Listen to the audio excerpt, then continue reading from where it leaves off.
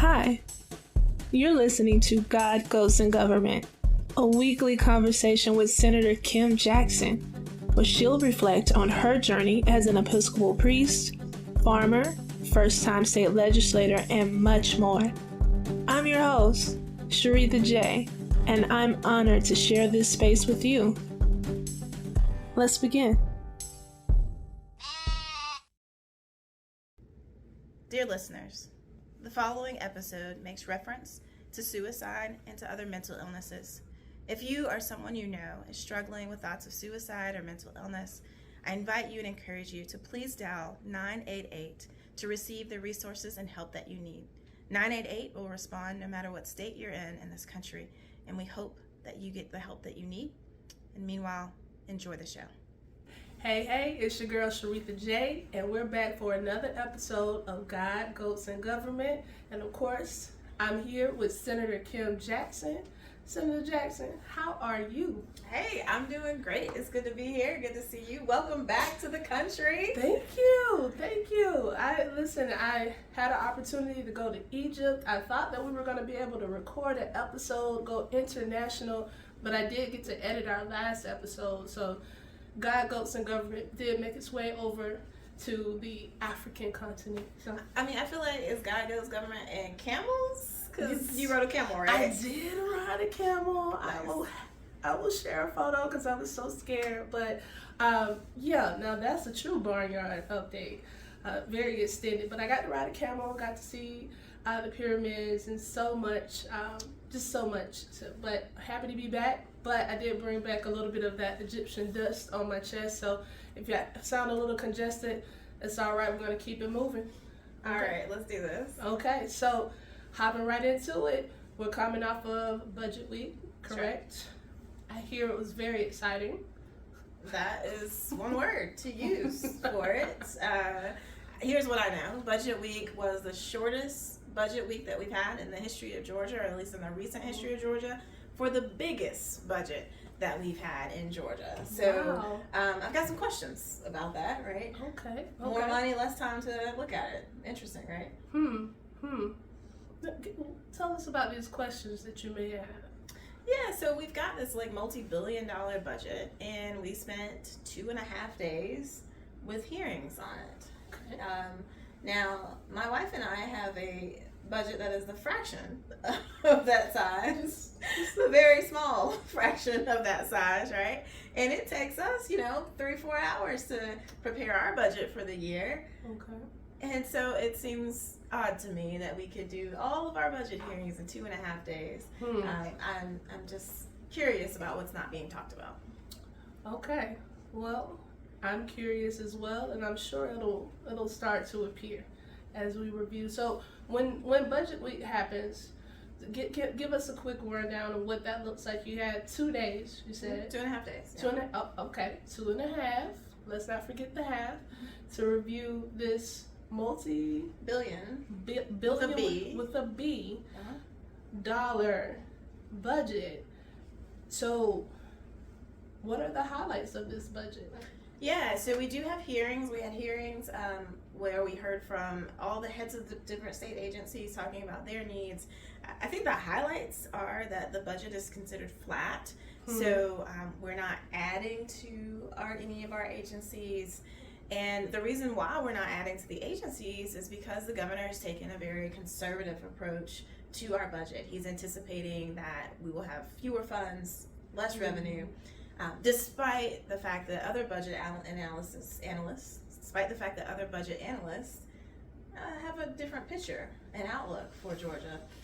What we know is we have a $6.6 billion with a B dollar surplus. That's not reserve. So I want to be clear with folks.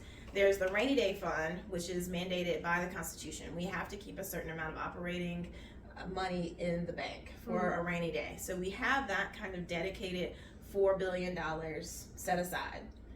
On top of that, we have $6.6 billion with a B dollars in surplus, which is not being used. Even though, despite the fact that we've got school buses out there that don't have school bus drivers, we got school buses out there that are old and are going to fall apart. That's not in the budget. We have teachers who need and parapros and counselors and psychologists, and we have all kinds of needs within our schools that are not being taken care of. We have how many people sleeping outside today? How many people who have budgets who have a voucher to allegedly be able to move inside, but there's no place for them to move. There's no plan for that. So we got $6.6 billion sitting in the bank account, and yet the governor is saying we're going to keep a flat budget here because we don't have a whole lot of extra money. Where I come from, $6.6 billion is a whole lot of extra money. Billion with a B. With a B. Yeah. Okay. And think about the interest that's thrown off from that, right? So like, if we talk church talk, it would be like, we have an endowment, a $6.6 billion endowment. Yes. Wouldn't we wish that for Common Ground? Oh my goodness. Actually, we wouldn't, because we would never hoard that amount of money. I mean, right. But a $6.6 billion endowment in interest alone throws off hundreds of millions of dollars. It's an incredible amount of money that's not being used to, I think, help those who need it most in our state. Well, now I understand your curiosity a bit more. Well, please keep us in the loop as this continues to develop more throughout session. I know in our last episode we spoke about you meeting up with the Fab Four for dinner. Yes, the Fab Four, we reunited. Senator Jen Jordan, I guess former Senator Jen Jordan, you get to be a senator for the rest of your life, Jen, right? Until you become the Attorney General or Governor or whatever it is next for you. But she hosted us, the Fab Four were able to be together. We had a great dinner. We kind of hashed out a plan for what we envision our own leadership looking like. And there was an article in the newspaper this week that showed our plan in action, in fact. Yeah, so we're excited about what Michelle can do on the House, and our Representative Al, what she's able to do on the House side, and the three of us that remain, the triplets that remain. The triplets. The trips. Yes. Okay, I'm loving the names, okay? You know? Any great, squad has to have a name, so, okay, I'm feeling it, the triplets. Yeah, okay. We go by the trips. The trips, okay. Yeah. So we all have we've decided collectively to run for chair of our respective delegations, and we were consequently elected. So Senator Sonia Halpern is the Fulton County delegation chair for the Senate. I am the Dekalb County delegation chair, and Nikki Merritt is the Gwinnett delegation chair. Wow. So the trips, we're doing it. Your cohort, I mean, you guys really are showing up. I mean, I just recall in our conversation, you talked about how you're using your experience going into your second terms to help out this new set of senators that are coming along the way. But you guys are really raising the bar, like setting it high. Yeah, well, we're continuing to also make sure we make space for the new freshmen that are with us. And so Nabila Islam is one of the freshmen. She's the vice chair of the Gwinnett delegation. We intentionally made that space because we want to cultivate leadership. Jason Estevez, who's in Fulton County, he's a whip with us. So he's a deputy whip. I happen to be the chief deputy whip, which is pretty awesome, under the direction of our whip, Harold Jones. And so he's got this leadership opportunity as well. And we really are kind of carving out these different spaces. Josh McLaurin is the vice chair for Fulton County. We really feel clear that in order for the Dems in the Senate to move forward and to become majority ready, which that day will come, then we have to prime the leadership. And so we're creating those spaces in order to have a really strong Democratic caucus. Okay. Well, I'm going to go ahead and put in my request. We must have the trips. Absolutely. Come through. If you guys can't tell, for our viewers, we are in a different location this time. We've decided to set up in the Senate Pres office here and film our episode. But I just also want to bring this up for those of you who are catching us on the podcast, that we get to move around. Session is on its way, so it's fortunate we get to catch up with Senator Jackson wherever. So you guys might find us somewhere across from the Capitol for our next episode, but we get to keep up with what's happening each day here during session. So You guys have met up, had your dinner, you've clearly raised the bar and are now taking charge of as your delegates. Now, what's next? What else could, I mean, we're only, what is this, week 3? This is week 3. Yeah. I mean, talking about a slow start. Well, it actually has been a slow start.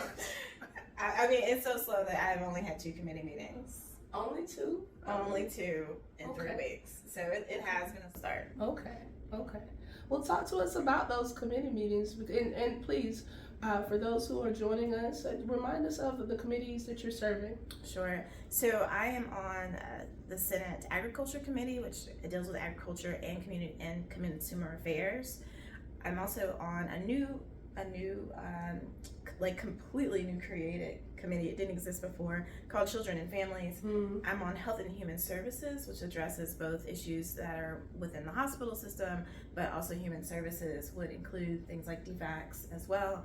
And I am on another committee that escapes my mind. Oh, Public Safety, the one that I actually met. Right. We met yesterday. We met on Thursday. So yeah, those 4 committees: Children and Family Service, Children and Family, Public Safety, Ag, and Health and Human Services. Okay. So tell us about that Public Safety meeting. Yeah, so Public Safety did meet. We adopted our rules, which basically say that you only need 4 members for a quorum. Of course, they're 4 Republicans by themselves, so they've got that covered just in case. And we did review one bill. It's an interesting bill that I think will not have any real significant consequence along the way. We'll see. But the most interesting thing of the week was that we had a joint hearing between the HHS, which is Health and Human Services, and Children and Families, where we heard testimony about children in the Georgia foster care system who are being what they call hoteled. So it's children who are in foster care who were living in hotels instead of living with families or in a group setting.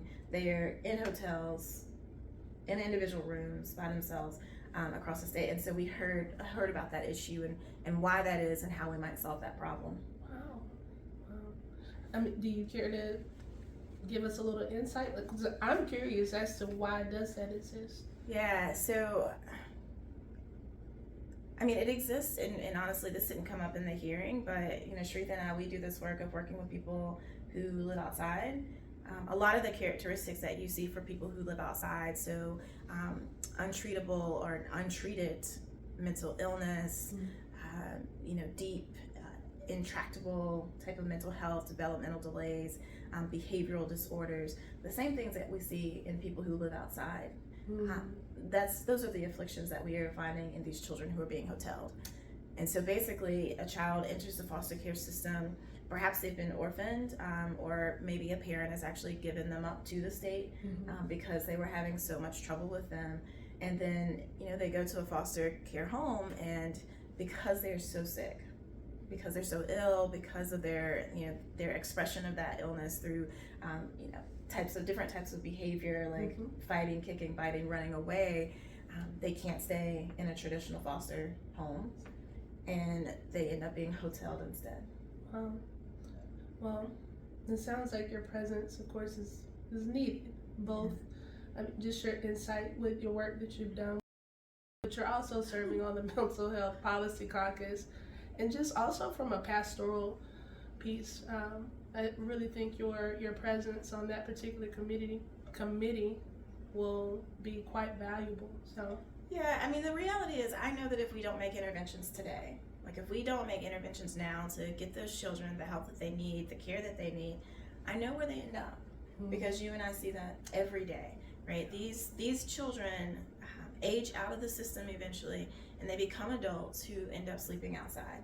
They end up homeless because they're not able to hold down a job, because they have not gotten the treatment that they need. And so now is the time for us to intervene and to make sure that they get residential treatment, because that's what most of these children need, right? They need to be hospitalized for a period of time where they can get stabilized, where they can get the care that they need. And let's be clear, putting a child, a 13-year-old, 12-year-old, putting a child in a hotel is not a solution, and it's not treatment. right? Like that is not treatment. Right. And so we've got to do something. And we heard a lot of testimony, and there are a lot of excuses about why that's happening. And it is a complex problem to solve, right? It is complex. But just because it's hard doesn't mean we don't do it. In fact, because it's hard, where I come from, that means that that's actually the most important work to do. Wow. Well, Senator Jackson, I heard you mention earlier that you did actually review one bill. So, what about you? I mean, do you have any bills coming up? Well, Sharita, that's what I'm here for. I've got your bills. I had a suspicion that you might have a bill or two for us to hear about. So what's coming up this session? I do. So I will drop this maybe on the same day that we drop this podcast. I think that would be fitting.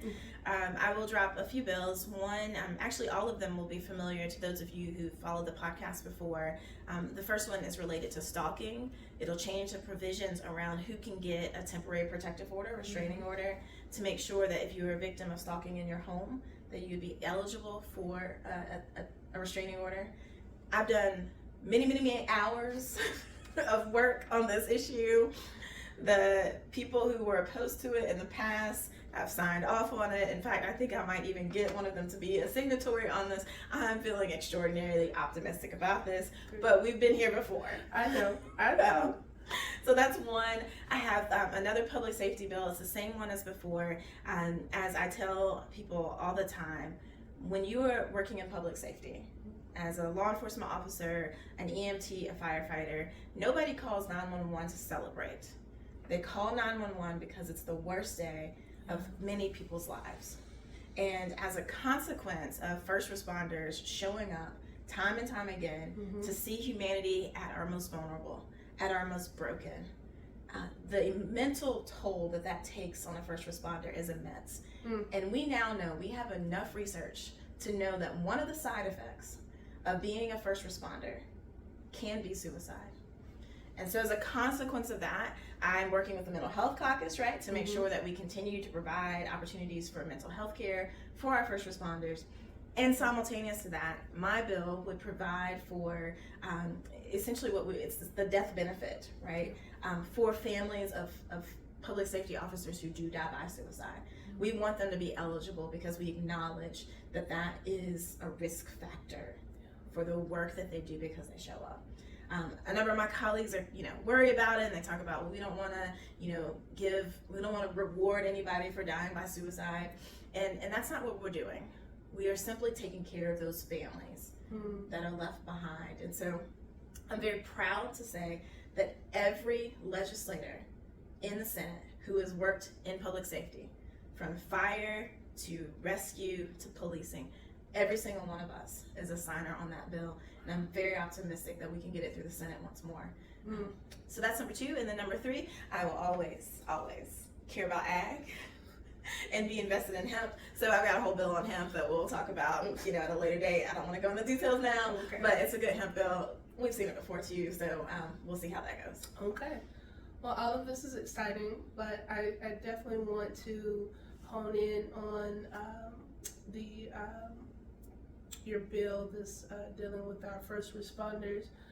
That is truly the hard work, and I just kudos to you for stepping in to do the hard work on that, because that's not necessarily an easy bill to get passed or an easy topic to address. So yeah, and I know you were a dispatcher. Yeah. So that's an important piece of this frontline work too. And so you've heard and you've received the calls of people in anguish, and you've sent people out to respond. And so right now, our public safety mental health piece does include dispatchers in this work, because we recognize the toll that takes on them as well. So we're trying to address it from all angles along the way. But this is something I'm deeply passionate about. The reality is I feel like my own wellness and me being okay today, but in some ways it's just by the grace of God. Because certainly I still remember, and I still have nightmares of some of the things that I've seen. And I'm grateful for my own access to mental health care, access to a really great team of people who helped to hold me in that space during those tragedies. And I recognize that not everybody has that.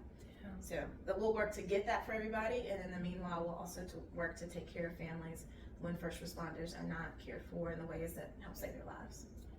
Well, thank you. Thank you for that word, Senator Jackson.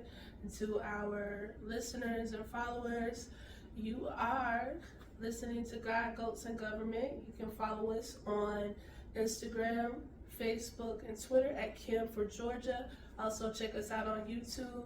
I'm going to take a moment just to give you a chance to follow us on those platforms so that you know how to stay connected, because we'll drop an episode each week. We want to take time to hone in on what we refer to as your God moment during the week, because I feel like it's important to make space for that. In our last episode, you talked about feeling a bit more pastoral at the start of this session. So where are you with that piece? Yeah, thank you, Shretha, for asking. In a moment of full transparency, and I know we did a podcast for 2 years, and so people think they know what happened.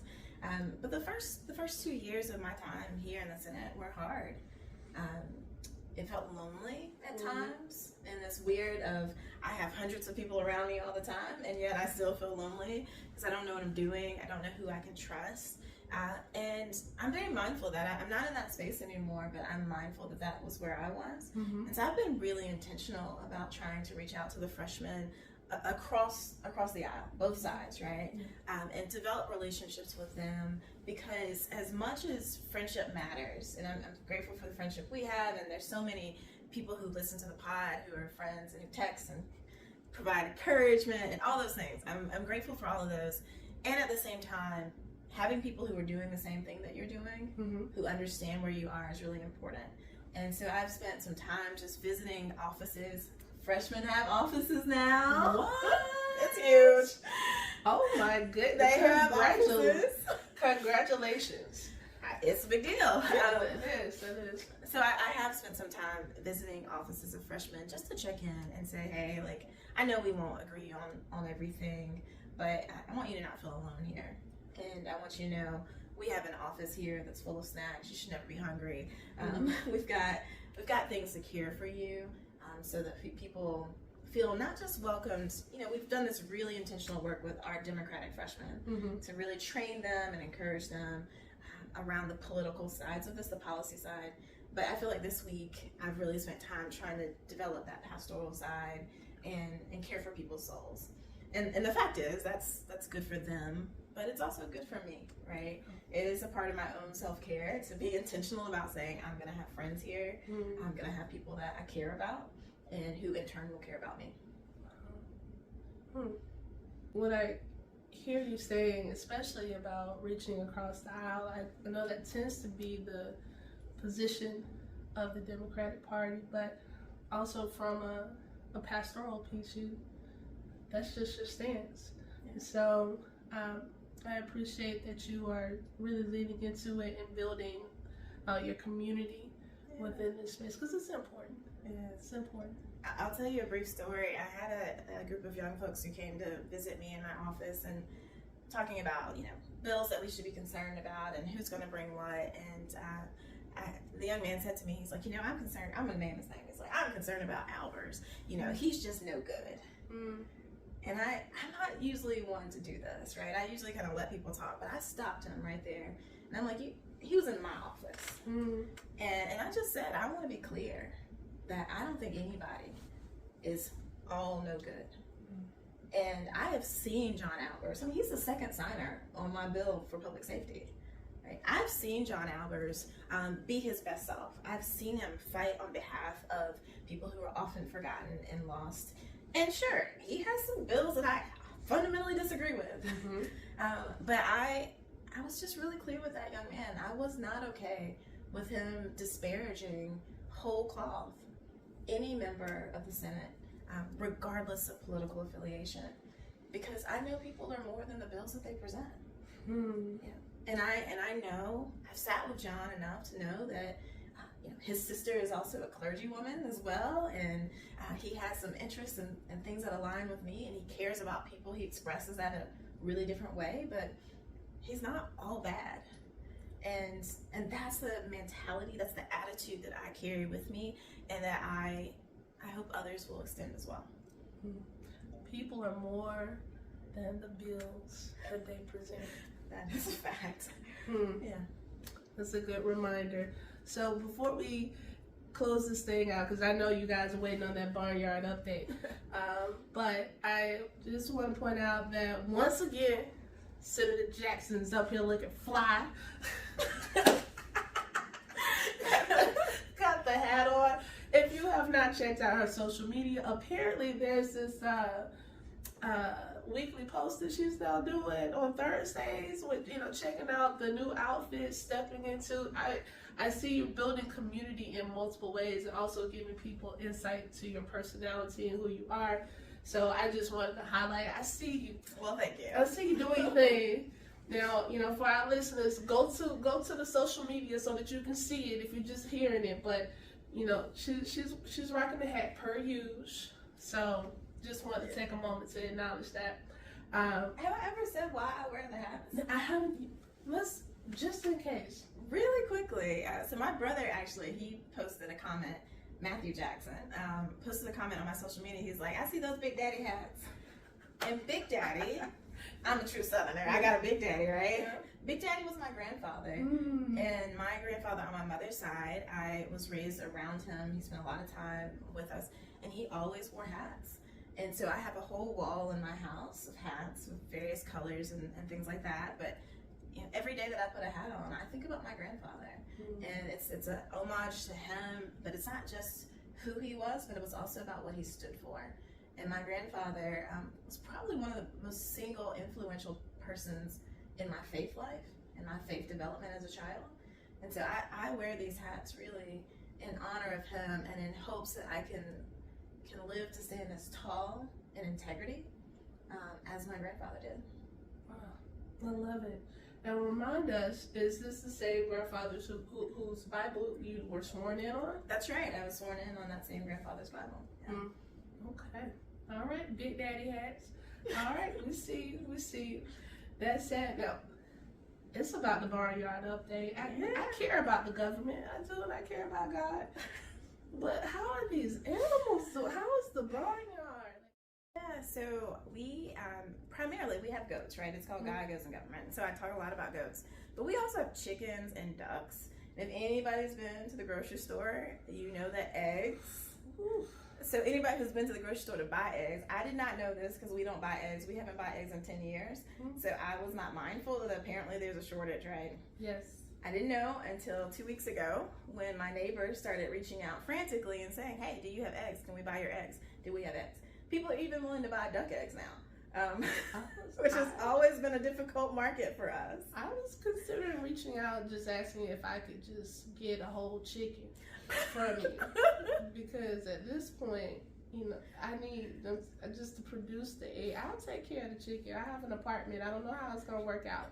They do have diapers for chickens. I will figure it out. But so yes, we're in an egg shortage. Yeah, we're in an egg shortage. And so I was able to sell out. I had about 4 dozen eggs available that were not already promised to someone. I sold out of those 4 dozen eggs on Saturday in less than 30 minutes. Wow. Just from responding to the group of text messages that people had sent saying, hey, can we get eggs? And my wife and I have made the decision. So here's a little secret. Feed costs went up in a lot of different areas. Fertilizer went up in a lot of different areas. But when it comes to chicken feed, our price actually hasn't increased. It costs us today the same amount of money to care for our ducks and chickens as it did 3 years ago. And as a consequence, we've chosen not to raise our prices. Now, the economy side of me that's like, I do need to retire someday is like, why am I not charging $10 a dozen? But the side of me that knows that what we provide eggs for our community. It's people who literally can walk to our house. So it's a whole bunch of brown and black folks, many of whom are immigrants, some of whom don't even speak English. We've chosen to maintain our price at $5 a dozen. And if you bring your own carton, we'll give you a little discount because it doesn't cost us anymore. And we want to be fair, despite the fact that the egg market is clearly not being fair. Again, let's talk about that chicken later. But no, you gotta have 2. Okay, 2. I'll take 2. Whatever. Look, if you see me roll up, got 2 chickens. at this point, I just never imagined that eggs would be the thing in which I paused, like that gave me pause at the grocery store. And I knew it was pretty serious when my grandmother, she asked me to pick up eggs. And I said, sure, do you want 18? She's like, ooh, child. It's 18 eggs. What's going on? And then I saw the price. And I was like, my goodness. So for someone, my grandmother's 85, and I can only imagine how this experience is showing up for her, because I'm sure she never imagined that eggs would cost this much, within her lifetime or at all in general. So deep gratitude to you and Trina for sticking with the price that you have and honoring that, because I know it makes a difference within District 41. Yeah, I mean, that's our commitment. And, I know your grandmother doesn't live in our neighborhood, but we would happily send 18 eggs to her as well. The last thing I'll say about the eggs in the barnyard is I had a woman who drove up on Saturday, and I, brought her out a dozen eggs. And we do have a limit. We only let people buy 1 dozen at a time now, so that we can feed as many families as possible. But she came and she got her eggs, and she was like, now I can make a cake. And I was like, that's great. Yes. That's great. I'm glad. The work. That's right. I am glad that I can help you facilitate you making a cake that undoubtedly will bring great joy to people. So it's a blessing to be able to share in that way. And who knew that my chickens and ducks would be so valuable? I had no idea, but I'm grateful. Well, thank you for that barnyard update, and thank you for taking time to just update us on what's happening under the Gold Dome. Senator Jackson, do you have anything else to update your listeners and your constituents with? Yeah, I will just add, I know that there's a lot of unrest right now around both what we call Cop City, colloquially, and the release of the video from Memphis of the young man being beaten to death. And so I just encourage folks to continue to speak out, to voice what has been true for a long time, which is that Black lives, Black bodies have often been abused and maltreated by police, regardless of the race of the police. To continue to speak out about standing up for clean air. That's what, in part, that's what a forest is. It's about clean air. It's about environmental protections. And so if that's where you land on that issue, to continue to speak up. And I just pray that everyone is safe in the midst of us expressing our First Amendment right. So my prayers go out to all who are out there. My prayers continue for the young man, Tort, who was killed by the police officer, and for the police officer as he continues to recover. I know that this is a really high, intense time where emotions are flying high, and so I'm sensitive to that, and just want to encourage people to please be safe while we also fight for the things we believe in. Thank you for that. All right, you've been listening to another episode of God, Goats, and Government. As always, Senator Jackson, it is my great pleasure to hold this space with you. To our listeners, you know where to find us at Kim for Georgia on Instagram, Facebook, Twitter. Until next time, be easy. Please like and subscribe. And if you are considering or having problems with thoughts of suicide or struggling with mental illness, please do look for resources that we've included in this episode notes.